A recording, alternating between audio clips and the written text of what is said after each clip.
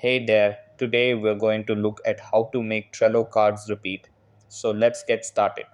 First, open your Trello board. Over here, go to the menu and click on Power Ups. Then, in the Power Ups menu, search for Card Repeater. After that, click on Add to enable the card repeater on your board. Then, close the menu. Now, click on any card that you want to repeat. Over here, click the repeat button. Then from the drop down, select how often you want the card to repeat weekly, monthly, or yearly. After that, set the time you want the card to repeat. Then select the day or days for the repetition. After that, set how many weeks you want it to repeat or leave it indefinite. Then choose the list where the repeated card should appear.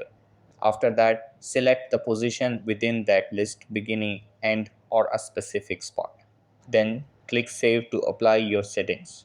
And that wraps it up. Appreciate you watching. See you in the next.